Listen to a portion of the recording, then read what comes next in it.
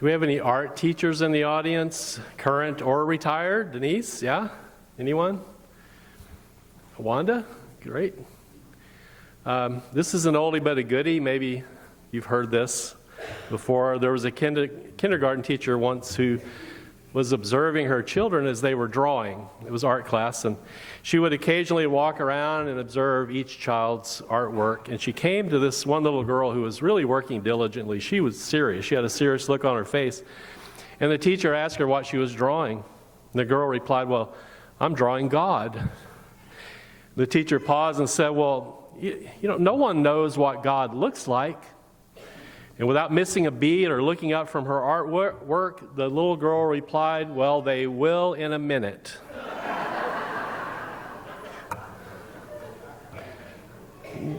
What is God like? That's one of my favorite unanswerable questions. I tend to agree with those who claim that human beings generally create an image of God as they are looking in a mirror. And I also agree with those who say that if pigs could draw, what would God look like? A pig, right? And I think that pretty much sums up where we are in our attempts to understand God. So what is God like? Well, we don't know. However, that should not stop us from imagining what God is like. We heard a few minutes ago in our children's moment about how we should be changing and growing and progressing and evolving in our spiritual walk. And if that's true, then our view of God should be very much the same. We should be changing, growing, evolving, and progressing throughout our lives in terms of how we understand God. And there are different ways to do that, and our children sort of schooled us on that, did they not? Another way to say this is that our understanding of God should be migrating. Migrating. This is an interesting word to use these days because there's a lot of conversation going on in the world about immigration, people migrating from one place to another. But I think it's a good word to describe our changing understanding of God. You and I may not be physically migrating from one country to another, and yet some of us, hopefully all of us, have been spiritually migrating from one God concept to another throughout our lives. So where have we landed? Where have you landed in terms of your understanding of God currently? How do we see God now? The inspiration for today's sermon comes from a contemporary Christian writer named Brian McLaren. He recently published a book called The Great Spiritual Migration. And in this book, he writes about 5 different concepts of God. And I think he must have been some kind of computer geek because he refers to God as God 1.0, 2.0, you see where I'm going? 3.0, 4.0, and 5.0. So what I'm going to do for a few minutes is briefly explain each one of these basic concepts of God. And as I do this, don't think that if you're a God 1.0 or 2.0 or whatever, that means you're inferior to somebody else or, whatever that means. Because one thing you need to understand as I go through this, we all have these concepts of God. They might come out at different times. But there is a sense, though, of evolving to the sort of what we call God 5.0, which I'll talk about. God 1.0. This is the nurturing God. In fact, as we were singing the hymn just a moment ago, "Take My Hand, Precious Lord," I was reminded of this God concept. God is a nurturing God. We might say this is the God of spiritual newborns or infants. We have babies in our midst, right? Now, that sounds harsh to say that people are spiritual infants, but we are all spiritually infantile on occasion. Like babies, this means that we are selfish in nature. As you know, babies only care about their hunger, their thirst, their comfort, their desire to have their diaper changed. They want what they want when they want it, right? Well, many people see God as the one who basically is the one who takes care of them. That's their worldview. That's their understanding of God. So God 1.0 is sort of like a nursery worker. God's job is to come whenever we cry, whenever we call out to God, come, clean up my mess, satisfy my demands, kiss my scrapes and my bruises, and keep me as happy as possible for as long as possible, right? And by the way, I don't mean to be critical, but I see this image of God a lot in churches, what I call mega churches. And I think the reason why some of these congregations just balloon, they blow up, they're so large, is because, unfortunately, many people never progress beyond God 1.0, the nurturing God, because it appeals to spiritual infants, people who just want to take, and it's all about me, me, me. What can you do for me, God, right? Some people, however, are able to progress to what we call God 2.0. And I call this the preschool God. This is a God for spiritual toddlers.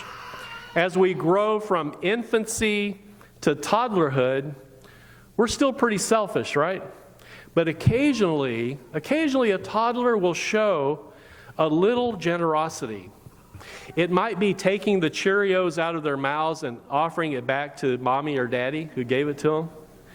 It might be making funny noises with their mouths, a raspberry, just to make their siblings or their parents laugh. Maybe it's sharing a stuffed animal for the first time with some other small child. Spiritual toddlers continue to see God as the one who cleans up their messes and satisfies their demands like God 1.0. And yet they've gotten to the point on some level where they believe that really, God is really trying to teach them to be good people, to share, to be generous, be nice and polite, say please and thank you, and play well with others. And so people who follow God 2.0, and that's where they are, they tend to be very sweet people, right? Very sweet. Maybe a little naive, but they're sweet. Well, I don't know about you. What happens, though, many times when kids, they grow up and then they go to school? They're not as sweet anymore, are they? Now, ours are. Our kids are sweet. They get to school, and here they're introduced, and I'm going to say this, you have to excuse all the mixed metaphors and all that. Basically, we are introduced to God 3.0, and God 3.0 is the rule maker, the lawgiver, and again, this is the God of spiritual school children. Because as we grow older, think about it, and we go to school, we enter a new world of rules and schedules. We have to get permission in order to leave our seats. We have to turn in our homework at a specified time. We learn rules for math and grammar and even sports. And eventually we might get our driver's license and we learn the rules of the road. Everything's about rules, right? You have to do this and do that. And all the kids in school are going, yeah, I know what he means.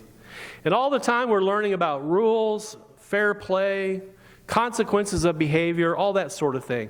This is the God of the book of Leviticus, where God says, you shall be holy, for I, the Lord your God, am holy. And then proceeds to spell out dozens of laws and rules and thou shalt nots and all that. Fran, did you get tired? Where is Fran? Where are you at, Fran? Did you get tired of going through all the thou shalt nots and all that when you're reading Leviticus? This is God 3.0. And again, people who primarily understand God as a rule giver will also turn back on many occasions to God 1.0, I need nurturing today. Or maybe the God 2.0, which says, let's just be nice to people, right? But for the God 3.0 disciple, that's where you are in your spiritual journey. You see your primary task is as obeying God, to be obedient. And if we obey God, as the book of Deuteronomy spells out, then God will bless us and God will take care of us. But then sometimes, as we're trucking through life, trying to be nice to people, trying to be obedient to God, something happens. We come face to face with God 4.0. It stretches us a little bit because this is the God for spiritual adolescents and young adults. Now, what do I mean by this? What happens? Have you ever fallen in love? Kind of the first time. I think I was in first grade. I'm not sure. Can't remember. Have you ever fallen in love? Have you ever put the concerns, that is, of someone else ahead of yourself? Have you ever actually loved your neighbor, that is anyone, as yourself? As the book of Leviticus also tells us. If so, you have met God 4.0, the God of love. And through this image of God, we learn things like the art of sacrifice, the grace of granting forgiveness, and the humility of asking for forgiveness. We learn to link our well-being with the well-being of others. Now, unlike the tutelage and the guidance of God 3.0, there are no simple rules to follow in this new territory of life. And so we need a concept of God that will guide us in places beyond mere rule keeping the laws. We need to go a little further, a little deeper into this. And so God 4.0 comes in and teaches us how to love, to give of ourselves, even if it means bending the rules on occasion, as God 3.0 would surely frown upon. But that's what we are called to do. Can you imagine how great Christianity would be if God 4.0 became the primary view of God in the hearts and minds of all the peoples in the pews? I mean, we would be celebrating Valentine's Day each and every Sunday. There'd be no shortage of hugs or handshakes, and everyone who walked through our doors would be treated like royalty because God 4.0 has inspired us to be loving people. And if that's where we are, if that's where you are, that's great. That's wonderful. But notice that my sermon title is God 5.0. What's that all about? God 5.0 is the God of spiritual grown-ups. Spiritual grown-ups. And this is the God of Jesus himself. Jesus looked around, he saw what was in his tradition, what was in what we call the Old Testament or the Hebrew Scriptures, and he said, it's not quite enough. We need to stretch ourselves even a little bit more. We need to grow up in our faith, in our religion. Even as good as those other images of God are, we need something a little more substantial. It's so funny. I mean, even when we don't feel like shaking our spirituality up, Jesus does it for us. And he does it in many places, but today, in Matthew chapter 5, we see it very clearly. And what I'm going to do is start reading again in verse 43. And I'm going to paraphrase because I'm going to bring in the language that I've been using about, God 3.0 and 4.0 and 5.0 and all that. So listen again what Jesus said. You have heard that it was said, and what he means, it was said from the inspiration of God 3.0, the lawgiver, and God 4.0, the God of neighborly love. You have heard that it was said by the previous image of God that you shall love your neighbor and hate your enemy. But I say to you, on behalf of God 5.0, love your enemies and pray for those who persecute you, so that you may be children of God 5.0. For God 5.0 makes the sun rise on the evil and on the good, and sends rain on the righteous and on the unrighteous. For if you love those who love you, which is what God 4.0 teaches us, to love people that love us, what reward do you have? Do not even the tax collectors do the same?